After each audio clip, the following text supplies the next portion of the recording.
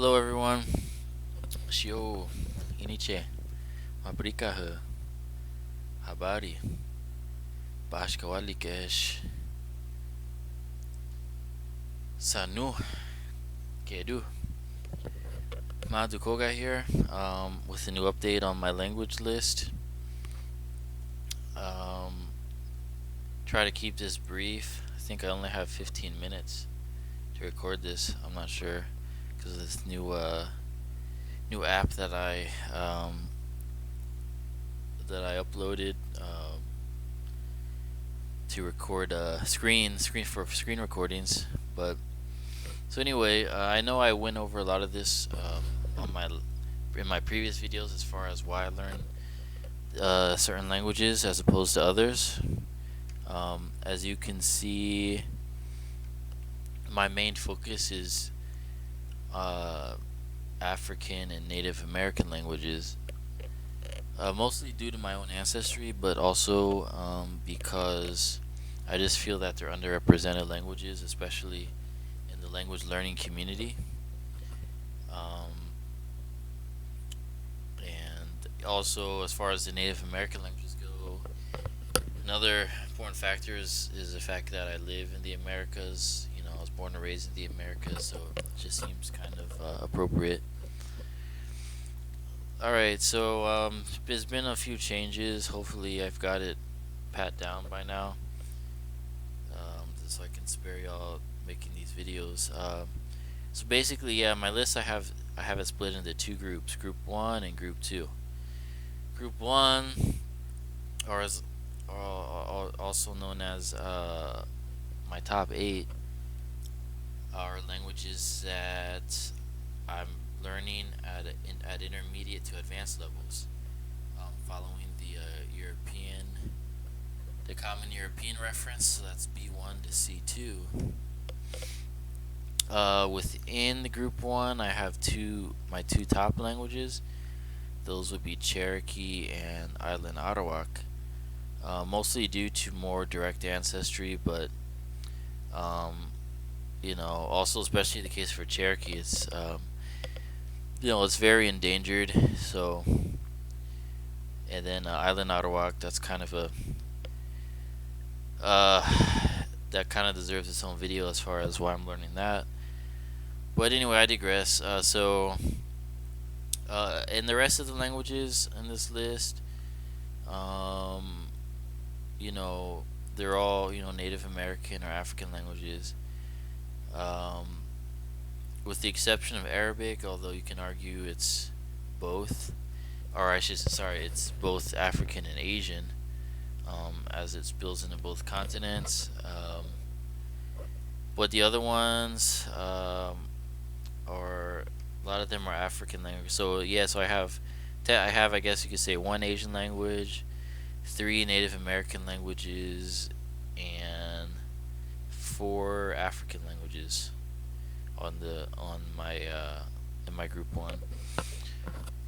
As far as how I chose the African languages, I just kind of I mean, as far as my African ancestry goes, I come from a lot of different groups, obviously, but I kind of know more or less the regions I'm from, so I kind of narrowed down like the more major languages of those regions, or of those particular um, language groups.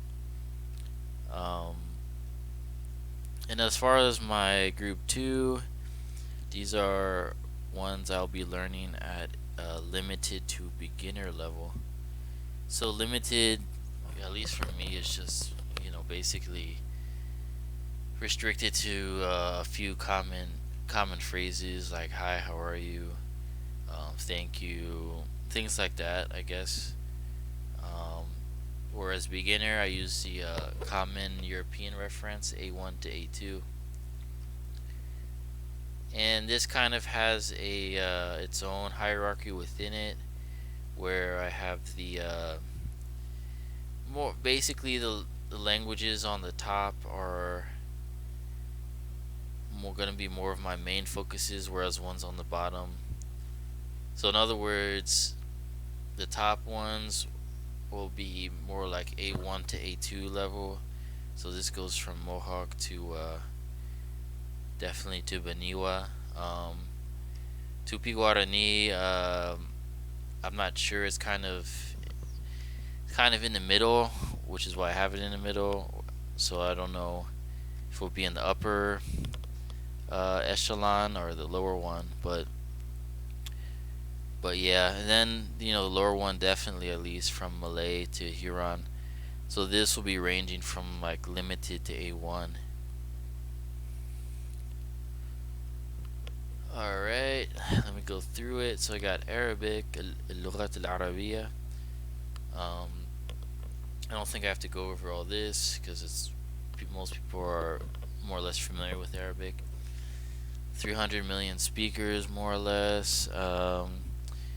But what I would like to focus on here are the varieties of Arabic I'll be focusing on. So, so there's MSA, modern standard Arabic, standard literary Arabic, classical Arabic, also known as al-Fusha. So this will probably be my main focus as far as Arabic, just because it's the common literary language. But my other Arabic dialects that I'll be focusing on is Sudanese Arabic, um, which has maybe around at least 30 million speakers in Sudan. Um, Also, small parts of Ethiopia. It's also spoken in Eritrea. Um, then there's Chadic Arabic in Chad, or I should say Chadian Arabic, which I guess supposedly it's close to Sudanese Arabic, but I don't think that much close. At any rate, um, very interested in Sudan in general. And also, the Arabic they speak in southern Egypt, Sa'idi, is very similar to Sudanese. Sudanese Arabic has a lot of Nubian influences in it. Then the other one will be Levantine Arabic, with a more of a south focus, it's a big region.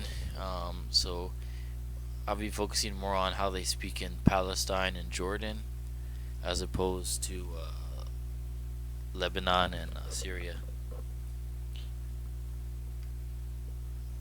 And Levantine Arabic is a lot of heavily influenced from Aramaic.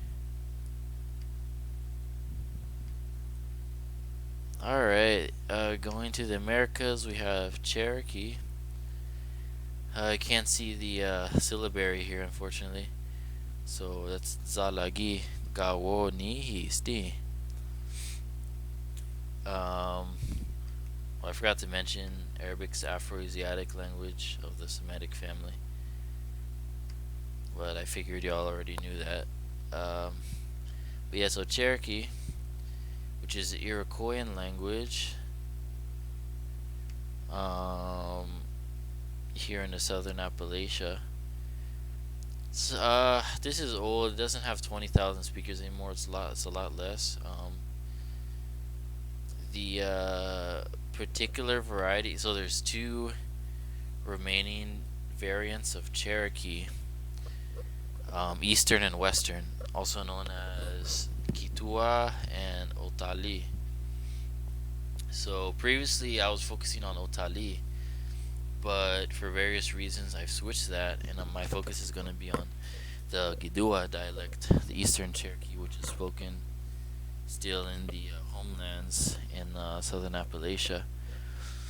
And this variant is particularly endangered, whereas the Western variant has thousands of speakers.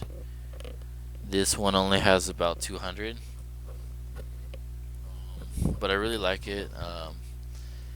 I just ordered. I just got some material for it and made some connections. So yeah, and like I said, Cherokee is in my top two. Alright. Going back to Africa, we have Mandingo, Mandenka, or Kangbe. This is Niger Congo language of the Mende branch. Has around 45 million speakers.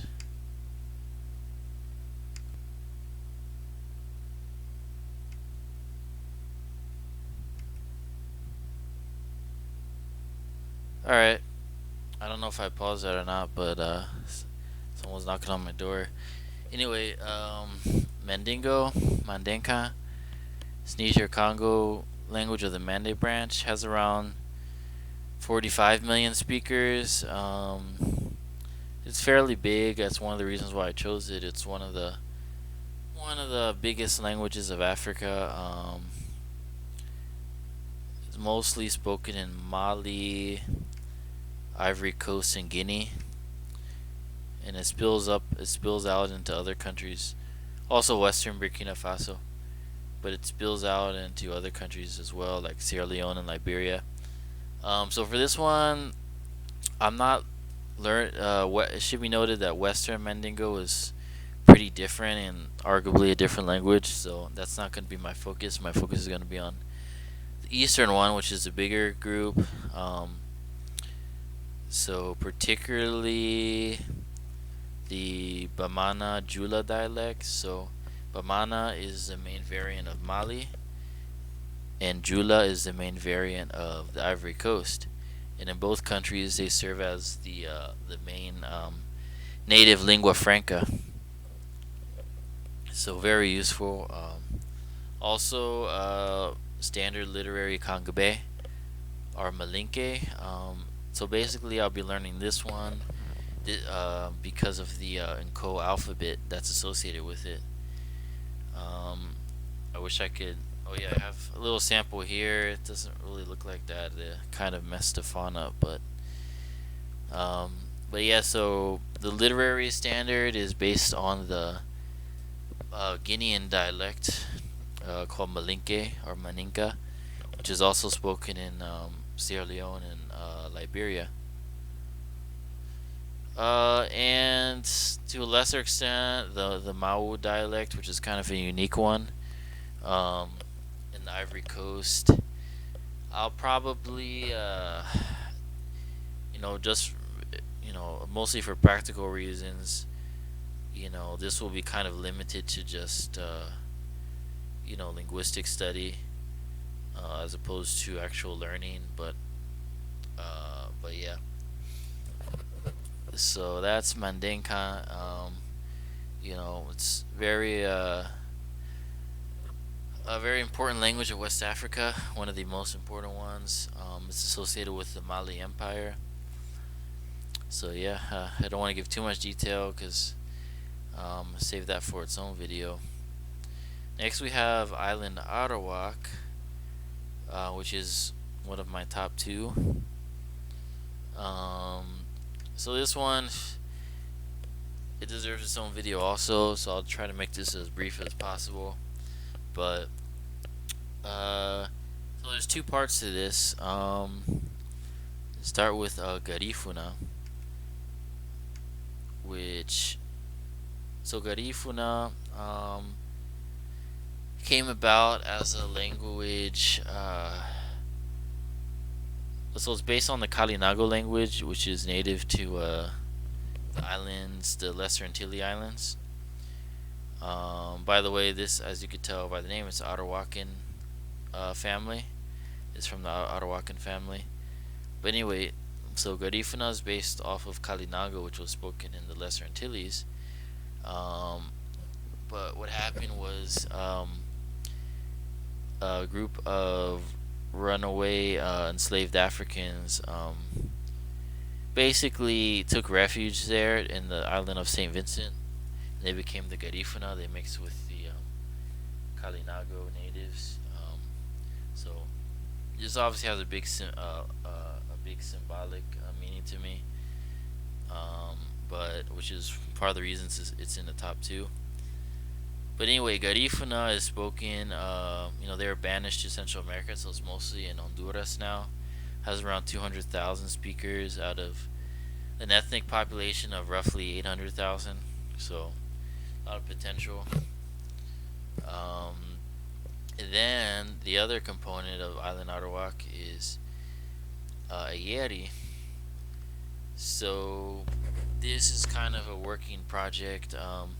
Since the Taino language is not revivable, the closest thing we have is Eyeri, which is actually the language that Kalinago is based off of. It's a long story, but anyway, it's basically Garifuna minus the phonological shift in the male register, just to put it simple.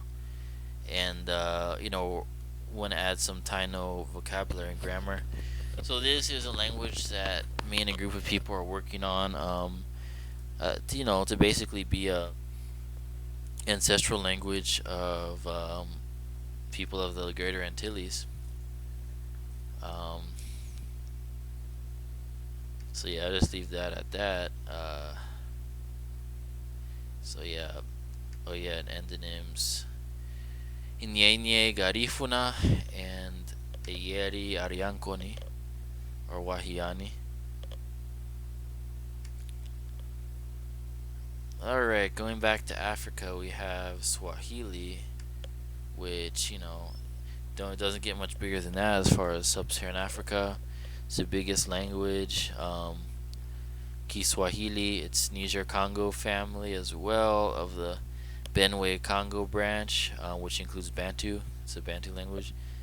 Has almost 200 million speakers. Only about 15 million native speakers. Most speakers of Swahili speak it as a second language. Mainly in Tanzania, Kenya, Uganda, Rwanda, and the eastern part of the Democratic Republic of Congo. It's also understood in Burundi and Mozambique, the Comoros Islands, and even parts of Madagascar and southern Somalia. But it has official status, as far as I know, only in Tanzania, Kenya, Uganda, Rwanda, and the Congo. Very important language, needless to say. Yeah. Going back to the Americas, we have Yucatec Maya or Maya Tan, which is, as you could probably guess, it's a Mayan language of the Yucatecan branch. It has, unfortunately, the number is probably lower now, but I want to say just round it to about 1 million speakers, which will make it the second largest Mayan language after Kiche, and the biggest Mayan language as far as geographical area, which I kind of exaggerated here to include other Yucatecan languages, but I'll go over that in another video. So yeah, it's mostly spoken in the Yucatan Peninsula, as the name suggests, which politically now at least belongs to Mexico, and also northern Belize and a small part of Guatemala, at least historically. This is Yucatec proper I'm talking about. The other variety will be Itza, which technically they come from the Yucatec people, and the language is very, I would say 90% the same. But anyway, Itza is from the it's endangered. It has only about 1,000 speakers, spoken in Petén, Guatemala.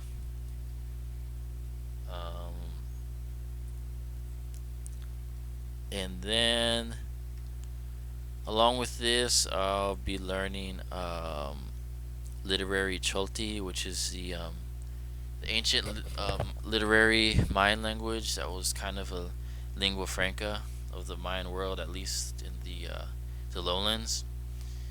Um, you know, this obviously deserves its own video. It's a long story as far as how it's attempted to be revived, and also I'll be learning the Mayan logograms along with it. or the Mayan glyphs. You know, I don't have a direct connection ancestry wise to the Mayans, but I've always had a strong interest in Mayan languages and peoples in the region. And apart from that, it's one of the big groups as far as population out of the big three of the Americas. Obviously, the Aztecs, the Maya, and the Incas. So, figured I'd pick one and put it in my group one. So I picked the Yucatec Maya. Um, all right, back to Africa. You have Hausa or Harshan Hausa. So this is an Afroasiatic language like Arabic, but it's of the Chadic branch. Yeah, this is the second largest language of sub-Saharan Africa, with around 100 million speakers, of which about half are native speakers. Um, so it's pretty huge. It's mainly in northern Nigeria and southern Niger, which is the homeland of the Hausa people. But it also spread to Benin, Togo, Ghana, Cameroon, and Chad, and even in Sudan, there's Hausa-speaking communities. Um, so yeah, as you can see, it's became like a lingua franca, a big trade language of Africa. So very important one. All right, and then going a little south, we have Igbo or Asusu Igbo. Um, another one of the biggest African languages, one of the top ones. It's a Niger Congo family of the Volta Niger branch, which in turn belongs to the Greater Kwa group. This one has around 40 million speakers, maybe more, maybe less. It's hard to say. Spoken in southeastern Nigeria, primarily in these states here. To a lesser extent, Cameroon and Equatorial Guinea. It has a script that's associated with it in languages of the region called Insibidi, which I'll go over in another video. But they're kind of logograms, but there's attempts to make it into an alphabet or and also a Bagida. But yeah, Igbo, really cool language. I have some extended family that are Igbo. So the main varieties of Igbo I'm focusing on is Southern. Guess you can call Southern proper. So that's I guess around how they speak in Imo State. Like in Eyeri and Umuahia. And another variety that I'm really interested in is the Delta Igbo, which includes Ogba and Ikwere. Technically, they're separate ethnic identities, but the language they speak the languages they speak are definitely of Igbo.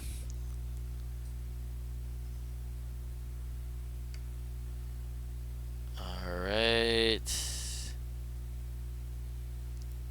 Alright, now we're going to the group 2.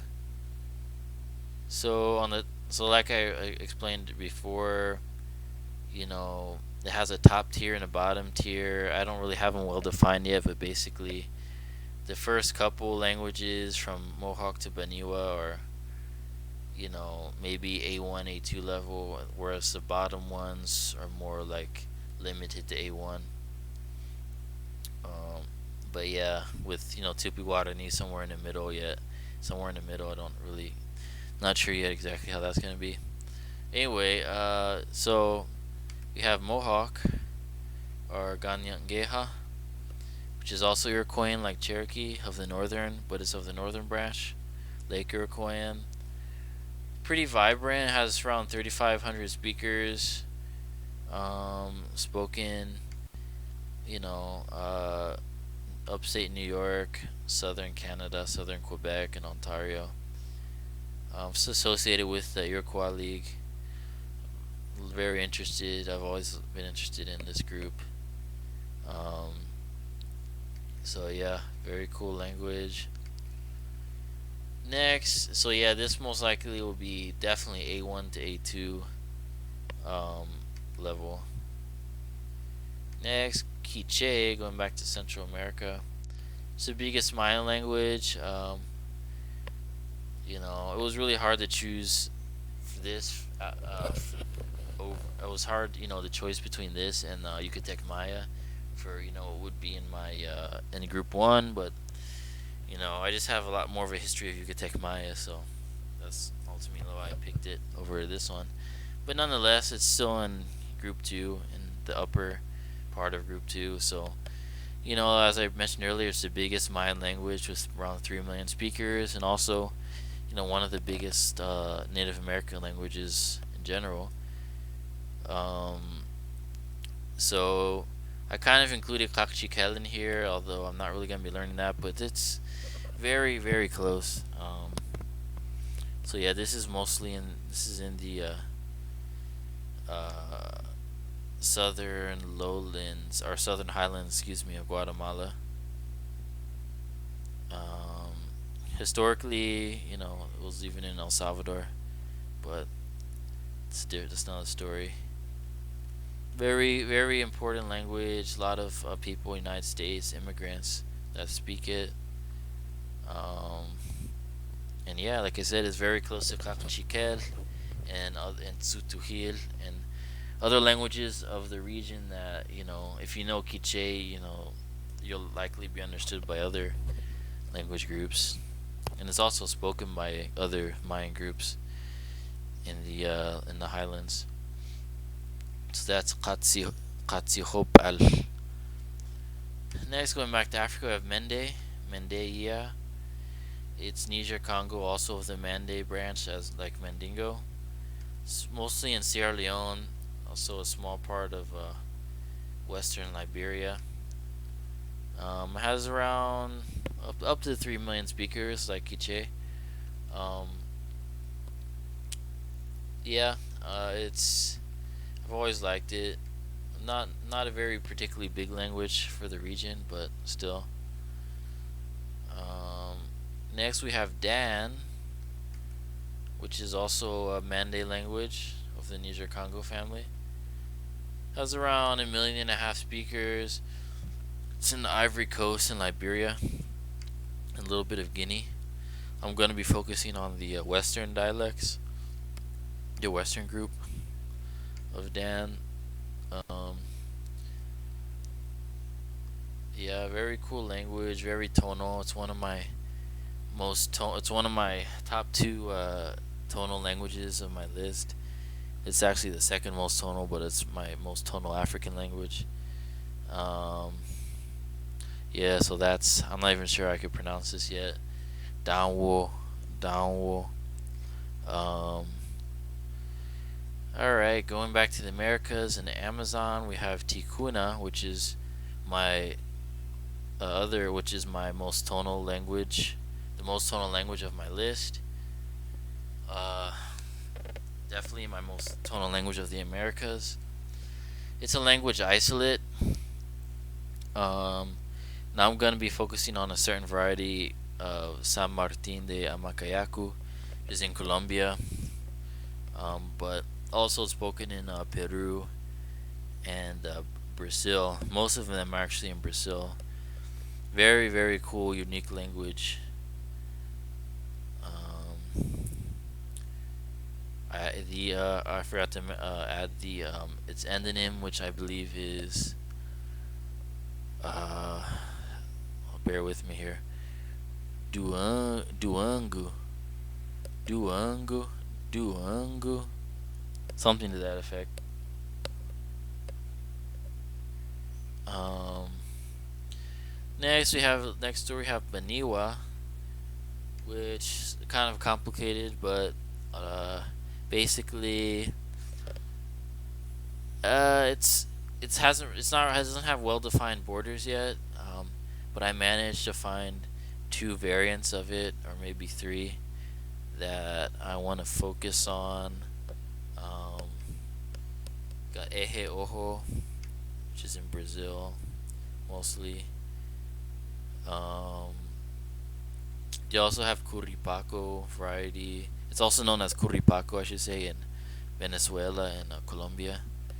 Um, but the one I particularly like the most is called Resigaro, which might be a whole different language, honestly. Oh, I'm sorry, I forgot to mention Ticuna has, I don't have it here, but it has around 50,000 speakers, more or less, making it the second largest language of the Amazon. Um, this group, Baniwa, has around 12,000. But the what I'm particularly interested in is the Resigaro, which they're originally from the Colombian Amazon, but now they're in the Peruvian Amazon. It's very, very endangered. Only a few speakers, maybe only one actually, but a very well documented language. I read that it shares around, if I believe, 60% lexical similarity to a Baniwa. The rest of the 40% are from Okaina, a neighboring language of a different family. But it's all a very cool language. Baniwa, Naviki. I don't have endonyms for that one yet. Also, I might mention before I forget, another factor why some languages are in Group 2 as opposed to Group 1 is accessibility and practicality. Because as much as I like a language like Resigaro or Ticuna, um, the chances of me speaking it or actually using it are not that great, unless I move to the Amazon rainforest. But because of so that's one consideration I take. Practicality. What am I gonna be more likely to use, as opposed to, and what's bigger also, more speakers, as opposed to. I try to make that my overarching criteria, as opposed to just genuine interest. And also, obviously, ancestry is also a big thing. Anyway, but yeah, all these languages definitely gonna be from an A1 to an A2 level. Next we have Tupi-Guarani. Technically two languages, but closely related. Maybe they share around 50% mutual intelligibility. So that means, like if a Guarani speaker talks to a Tupi Namba speaker, they might be able to understand each other like half of the time. Um, anyway, so this consists of Guarani, Avanye, and Tupinamba of the Amazon, Abanyenga. So Tupinamba kind of became a lingua franca of the Amazon. It's, I think, I guess it would be the third largest Amazonian language. So it's pretty of a lot of influence. A lot of people from other language groups speak it. So I couldn't really pass that up, especially as due to its close relation to Guarani. Also, by the way, Tupinamba has around 30,000 speakers, more or less. Guarani, on the other hand, it's the second largest Native American language after Quechua. So it has around 7 million speakers, mostly in Paraguay, but also Brazil. So, yeah, very important language. Alright, going to Asia now, we have. Oh, I'm sorry, I forgot to mention that Baniwa. It's Arawakan, as you probably could have seen. So that includes Resigaro. It's Arawakan. Tupi Guarani is Tupian, different family. Alright, back to Bahasa Melayu, which includes Malaysian and Indonesian varieties. Um, Very major language, the biggest language of Southeast Asia, with around 300 million speakers. It's of the Austronesian family. Very important language, needless to say. Uh, Still in Asia, going a little west, we have Tamil and Malayalam. So this is a Dravidian language of southern India. Alright, so it's two languages, don't get it wrong, it's definitely two languages, but they're pretty close to the extent where Sri Lankan Tamil, a lot of Tamil speakers from India mistake it for Malayalam. So they're pretty close, that's why I have them together. And plus, I couldn't decide which one I wanted, so just picked both. Very cool languages. I've always had a thing for Dravidian languages. It's, fairly big. Tamil has around, could have up to 90 million speakers. Malayalam has around 35 million. They're of the states of Tamil Nadu and Kerala, and also in Sri Lanka. Alright, going back to South America, we have Embera Bedea, which is a language of the Chocoan family. It has, that number might be a bit high. It's at least 100,000 speakers. The particular variety I'm going to learn is Northern Embera, which is the biggest one, spoken in Colombia and Panama. Very cool language. I could make its own. It could have its own video. Pretty unique group. So yeah, but these languages, maybe Tupi-Guarani, but definitely from Malay, Tamil-Malayalam, Embera. It's. I'm gonna learn them at most at A1 level, at most.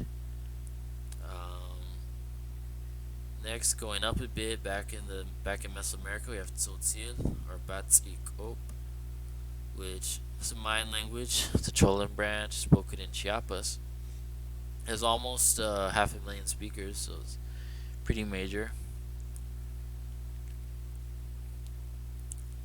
And last but not least, we have Huron or Mende de Wandat, which is Iroquoian, just as Mohawk and Cherokee. I really like this language. I mean, I would argue probably the only reason that it's has such a low status, on my list, is because it's extinct and it's in the process of being revived right now.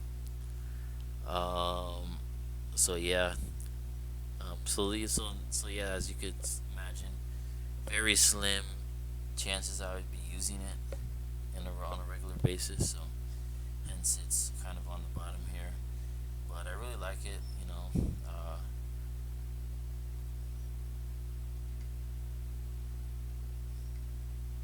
But yeah, so I guess that is all.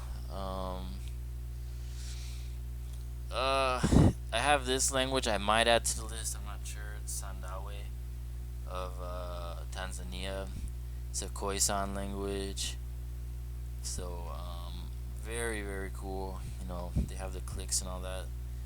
But I'm not sure yet. It's kind of on the fence. If I do add it, it'll definitely be in the lower group here. So just a limited level, or yeah, probably just at a limited level if I do it at all. A very isolated group.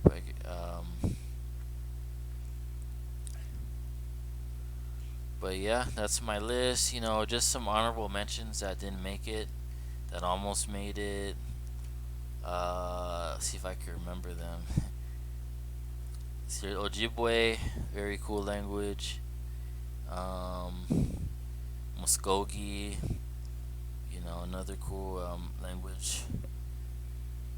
I'm really into the Eastern Woodlands because that's where I'm from, basically. Let's see what else. Almost made it. Had Tewa of Southwest. Very Tlingit and Haida almost made the list. Let's see, Nawat almost made the list. Obviously, very important. Also, Mixtec. Let's see, Cholti almost made the list, which is a Mayan language. Originally in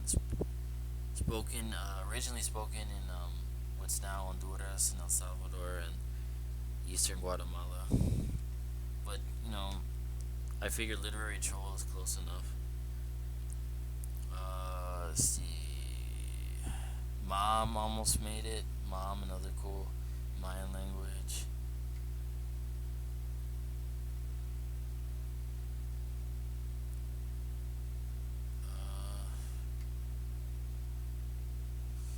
YU almost made it. Arawakan language is actually the biggest Arawakan language. Very cool language. Very, very widespread.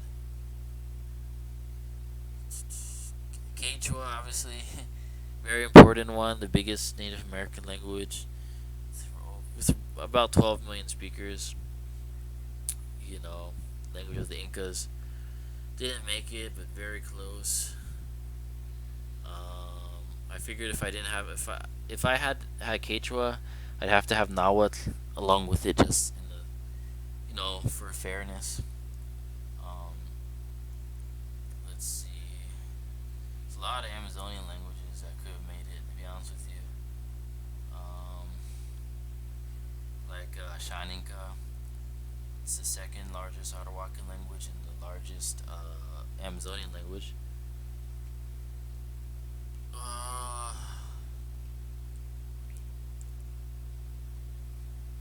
guess that's all in the Americas, as far as honorable mentions that almost made the list. Locono, I guess, Arawakan language of Guyana, and Suriname and Venezuela too. I know I probably left them out, but I won't sweat it. As far as Africa, oh boy, Fulani, definitely. Very important one. What else?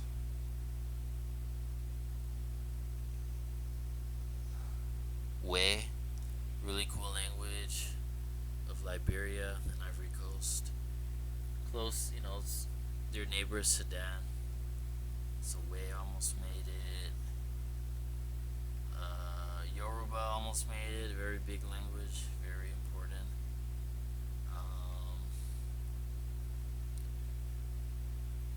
Let's see, Lingala, very very close. Very cool language, very important as well. Lingua franca, trade language. But Swahili just became my main Bantu language to rep my Bantu ancestry.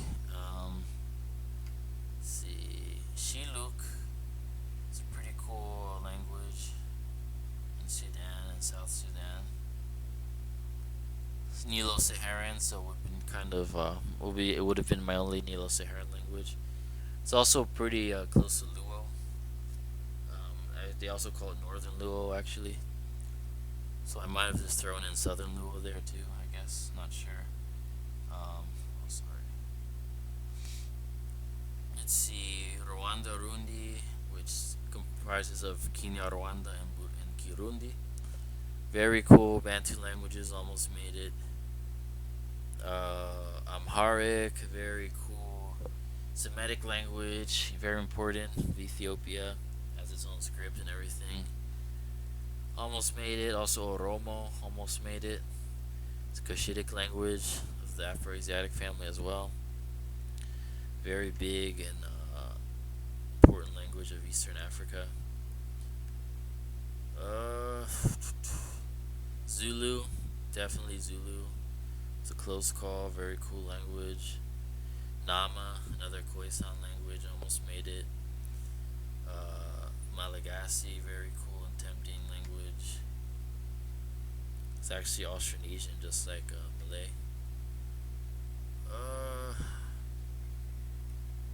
Apart from that, Europe, I don't really focus on. I figure since my two first languages are English and Spanish, they're European languages, so they're my best languages so far. So, but I mean, I could if I wanted to. Like, I really have interest for Celtic languages. Um, I like Serbo-Croatian, Balkan languages in general, like Albanian as well. Italian, I used to speak it a little. I was learning it for a bit. Um, what else? Greek is pretty cool. Romanian, Russian obviously is a pretty important one. Chechen, I was really into Chechen for a while. I wanted to learn it. Let's see, Turkish, really important group of languages, the Turkic languages. I probably would have learned like Uzbek or Kazakh, or Kyrgyz. Probably, yeah, probably Kazakh or Kyrgyz. Um, let's see, Persian, very important language. Hindi, Urdu, very important. You know, they also almost made the list. Obviously, Mandarin, Chinese, almost made it. Bengali almost made it. Kannada almost made it. Another Dravidian language. See, am I still recording here? I think so. All right. Wait, is my audio good? Hello. Hello. All right. Sorry. Let's see. Japanese, very cool language, almost made it. Cantonese, Vietnamese, Thai, Tagalog, kind of wish I picked up. I had a Papuan language like Anga. Would have been good for representation. Plus, a very interesting group of people and region in general. Also, an Australian Aboriginal language would have been nice. Almost made the list. See, Maori, definitely very cool. There's another one here.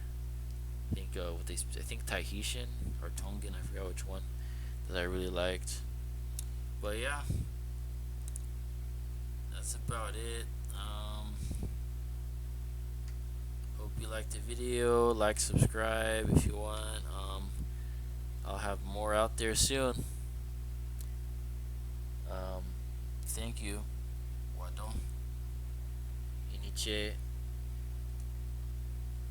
Sereme. Asante. Yung Botiktesh.